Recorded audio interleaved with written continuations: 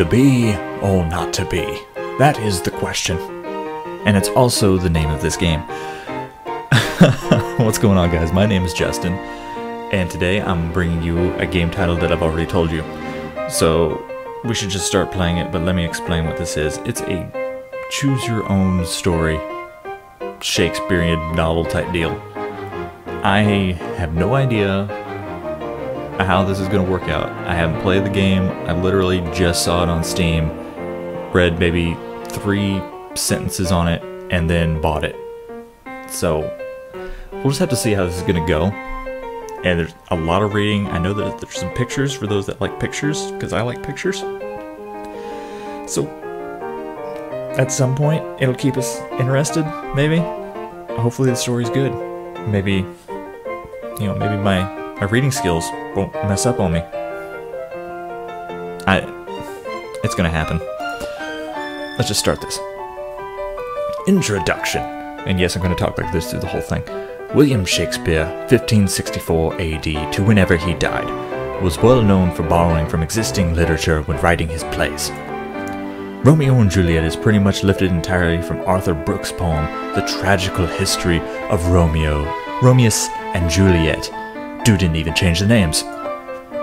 And, as recent Shakespeare scholarship has established, the famed play William Shakespeare Presents Hamlet was lifted wholesale from the volume you are about to enjoy, To Be or Not to Be. To Be or Not to Be is both the earliest recorded example of the books as game genre, as well as the first instance ever in the then newish English language that was kicking around of an adventure being chosen by you, the reader. We've gone ahead and added illustrations, plus we've taken the liberty of marking what Tiny Yorks calls the choices Shakespeare himself made when he plagiarized this book back in olden times. They look like this. They're here in case you wish to put yourself in Shakespeare's shoes, reading this book as he did, stealing plot elements wholesale and classing up the language as you went, go. However, this is not the only way to read this book. Feel free to explore the other options, as each time you read this book, you can go on a different adventure. Assuming you don't read the book a few times, at which point the adventures will start to repeat and they'll probably seem pretty familiar long before then anyway. Now take yourself back to history, when ghosts walked the earth and nobody knew velociraptors were ever even a thing. Steel yourself to experience the magic of Shakespeare as it was meant to be experienced, in a non-deterministic narrative structure where you end up thinking maybe you made the wrong decision. So you mark the pages you were just on so you can always go back and make a different choice if you die for some dumb reason. To be or not to be, that is the adventure. Ryan North, noted Shakespeare scholar and enthusiast. Choose your character. Man, what if I just want to read the acknowledgements instead? You can't tell me what to do, smart guy. I'm just gonna keep reading. Whoa, slow down there, cowboy. At the end of that last bit, you were supposed to make a choice, and then jump to the page that reflects that choice. Instead of following those instructions, you just kept reading what came next, like this is an ordinary book. This book is crazy insane. How are you even acting like this is an ordinary book? You die without even having chosen your character. The end. What? And your final score is maybe learn to read books better sometime out of 1,000. Who's this guy? What's that blood? What? Bleeding out of the ear. Oh, if we click it, we get a close-up. That's nifty. Let's go. Let's go next. Ooh, artwork. I got artwork, guys. We got artwork. Dude, that was not a very good score, I gotta say. Okay, wait. I got this. Let me try this page-turning thing again. To be or not to be. That is the adventure. Okay. I don't care about acknowledgements, so let's just choose our character. You've just been born. Congratulations. Good work on that thing. Now, surprise! Babies are born, so we're going to jump ahead in time to a point where you're an adult, and you've already lived a bunch of your life. But I promise, most of what we're skipping over was really dull. You ate a lot, slept a lot, you made some friends, tears were shed, makeouts were had, totally had at that, etc. It was a bunch of high school stuff. The awesome stuff starts now. So let's begin, my friend. Stay thirsty. Remind me again, who are you? Are you Ophelia? She's an awesome lady in her late 20s with a calm, competent, and resourceful demeanor. She's got a +1 bonus to science, but she's also got a +1 weakness to water, so heads up. Hamlet? He's an emo teen in his early 30s, also he's the Prince of Denmark. Hamlet has +1 resistance to magic, but there's no magic in this adventure, so this never gets mentioned again as of right now. Hamlet Sr. He's the King of Denmark, 50 years old. He's super good at fighting and leading men into battle in naps, let's say +1 to each. Look, bottom line, he's an unstoppable machine of death, and you should choose to be him. You may experience kingly glory. Kingly glory, emo, chica. Right, you're Ophelia. You are a beautiful and independent young woman, and although it makes you roll your eyes when you think about it, you've fallen in love with a prince. Guys, we're beautiful. We're beautiful. Prince Hamlet is funny and charming, and he seems to like you a lot. You try not to get too excited about it because you're worried you might jinx it, but things are really going great. Only it's been hard doing the long-distance thing while you've both been off at university. And while you've loved studying capital S science, and you're sure Hamlet's loved studying capital U undeclared, it hasn't been easy. Now that you're both back together in Denmark for his father's funeral and his mother's second wedding, it's been harder still. Hamlet's really sad, and you can't blame him for that since, you know, his dad died. But you wish that there was something you could do to help him. When you last saw him, Hamlet mentioned how the castle seemed cold and drafty, and for some reason it stuck with you. You've been stuck at your desk trying to think of something you could give him that would help with that, a way of cheering him up a little, remind him that he's still got people who care about him. He wears these cloaks all the time, but then he's taking them off in warm rooms and putting them back on in cold ones. If only there was some way he could keep the rooms at a uniform temperature, he wouldn't need to be constantly adjusting his clothes throughout the day. But to do that, you need some way of measuring heat and a way of transporting it throughout the castle, perhaps through a series of pipes. Your thoughts are interrupted by a knock at your door. "Who is it?" you call. "It's me," says your brother. "Come on, let me in." Let him in? Tell him we're busy. We are thinking about pipes. And possibly getting some pipes laid.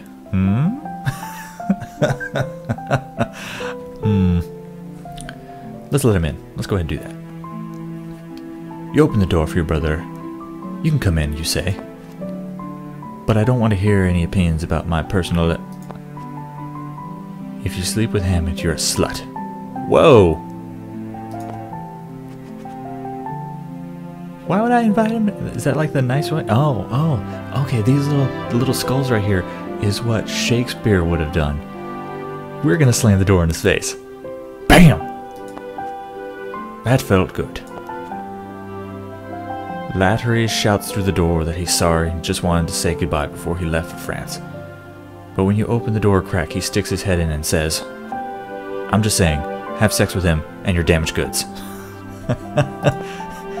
You slam the door in his face again, barely missing his nose. You shout through the door that if you're damaged goods, he's an entire shelf of unsellable eggs that went off weeks ago. Snap, son!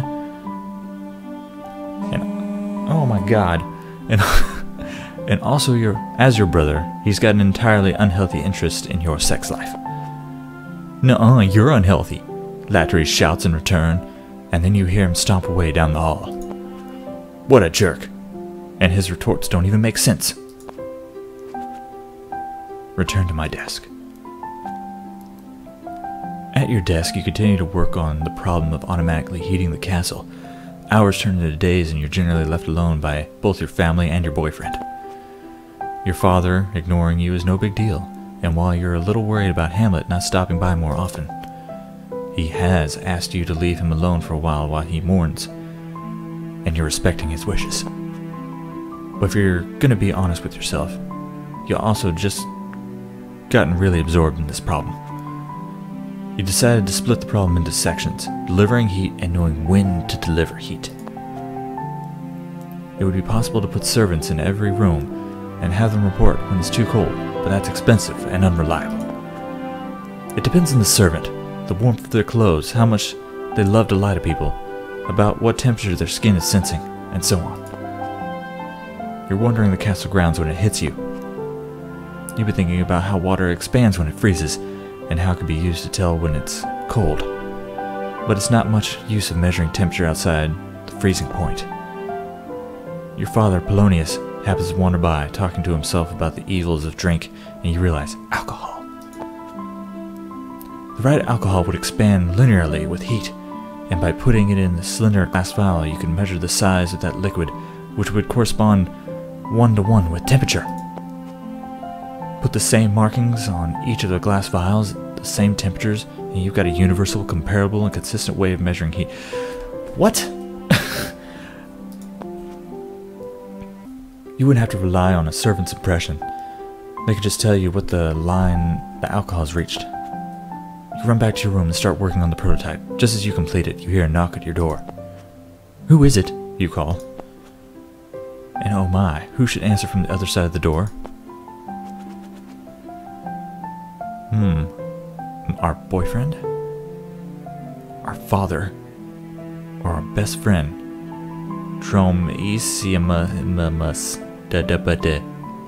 Let's go. Best friend. Hamlet is at the door. That's right. Turns out that simply wishing for someone to be at your door doesn't change who's actually there. You don't control reality with your thoughts, Ophelia. Sheesh. La la la. Anyway, Hamlet opens the door and steps into your room. It's me, he says. You haven't seen each other for a while. It's so great to see him. You run up and throw your arms around him, and you smooch. It's just like old times. But the moment passes, and when you look at his face, you could see concern written all over it. He's troubled by something. Ask him what's troubling him. Wait for him to tell you. We're a woman, so let's ask. You ask him what's wrong, and well, there's no other way to put this, so I'll give it to you straight. Hamlet tells you about a spooky ghost and a plan for murdering his stepfather, Claudius, pretender to the throne. I'll be frank, it sounds crazy. A ghost? Murder? But he is your friend and lover, and you're not going to leave him hanging out to dry. As gently as you can, you tell him you're pretty sure ghosts don't exist. But even if they do, he needs to be certain that the ghost he saw was actually the ghost of his father. What if it was some other ghost trying to mess things up? That seems to give him pause. Hamlet admits he never actually asked the ghost for information, only his dad would know. It's possible the ghost could be an imposter. I'll come with you tonight, sweetie, you say. We'll go together, and if the ghost shows up, we'll figure out what to do. You're confident no ghost will appear, and that this will all just go away. You take his hand and squeeze. Hamlet looks up at you, and you can see his relief. Are we taller than him? Okay, he says, smiling. Wherefore? It's the only option. Why didn't you give me the choice? Evening comes, and Hamlet leads you to the spot outside where you first saw the ghost. We'll have to wait till around midnight, he says. I think that's when he normally shows up. To pass the time, you play a storytelling game you enjoy, where you say one word of a story and he says the next word, and neither of you knows where the story will go. Once, you begin. Upon, he says. A, you say. Time, he says. There, you say. Was, he says. A, you say. Oh my god. If you're with me to this point, I applaud you. You're awesome. A, you say. Beautiful, he says, looking at you. You smile. Prince, you reply, and he smiles back. Who, he says. Wanted, you say. To, he says. Kiss, you say. His girlfriend, he says. That's 2 words. That's cheating, you say, and then you're kissing. We can make out for a while, or don't make out because you can't believe you're thinking this. And what if the ghost catches you making out? Make out for a while. I want the ghost to catch us. I want the ghost to see. You make out for a while and it turns out to be quite a while. As the night is warm and the stars are stunning and there are no bugs here to bite any exposed flesh, and before you know it, you totally made out as much as it's possible to totally make out. Nice!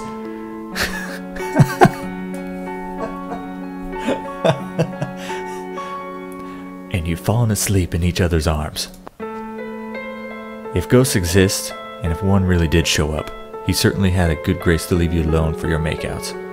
Also, he was probably embarrassed. You were both naked. Way naked. Fact. The 2 of you returned the same spot the next evening, and the evening after that. But it becomes more and more date night, and less a spectre from beyond the grave wants to get some murders done thing. King Claudius and Polonius are not exactly thrilled with the 2 of you being together, but on the flip side, any urges to commit regicide that were floating around have begun to fade too. Though you talk about it often, the whole encounter with the ghost, if it really did happen, takes on the quality of a dream. Rather than do the long distance thing again, you decide to move in together and get your own place here in Denmark. Together you 2 work on finalizing the invention of the alcohol thermometer. It works! And even figure out the other half of it, a way to move heated air throughout the building. Congratulations, you invented central heating. It's an invention that all of Denmark wants, and most are willing to pay for. While it's not the largest, you do live in the most comfortable estate in the entire country, thanks to the heating money. One bright summer, as the 2 of you walk through the castle garden, you get down on one knee and say, Sweetie, you're the most important person in my life, and I can't imagine ever living without you. If we're playing Ophelia, why are we getting down on one knee? Did we switch roles?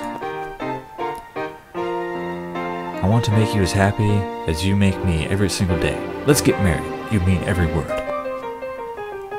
It's not the most traditional proposal in the world, nor is it the most traditional wedding, but it's wonderful and beautiful and perfect, and you're very happy. You didn't invite Claudius to the wedding. A few years later, Claudius falls ill with some sort of lung disease and his doctors are unable to treat it effectively. He passes away only a few months later, having never produced any hair, and having a son. Shortly after, the 2 of you become the new king and queen of all of Denmark. Your first child, Alex, is born 5 months later, and you all live happily ever after. The end. Woo! Woo! Artwork unlocked. Congratulations, you found a piece of artwork. View it any time in the art gallery. Hamlet. Uh-oh. What do we have? Oh. It's going back down. It's not good. Not to be. It is not the way that he wanted it to be. Game over. Your stats this adventure. Choices made 13. Times you were 1. Times you were not 0. Congratulations, you created a better story than Shakespeare. Why not use your limitless power and go on an all-new adventure? This is pretty awesome. I think I'll do it in I'll record it in, what is it? By character? And I'll do it multiple times maybe. I like it. Guys, if you made it this far, I do appreciate it. You put up with my reading. That's awesome of you. I got bad in a few parts, and there were a few words that I still don't know what they mean, but you made it, and I appreciate it. I'll see you guys in the next video. Later.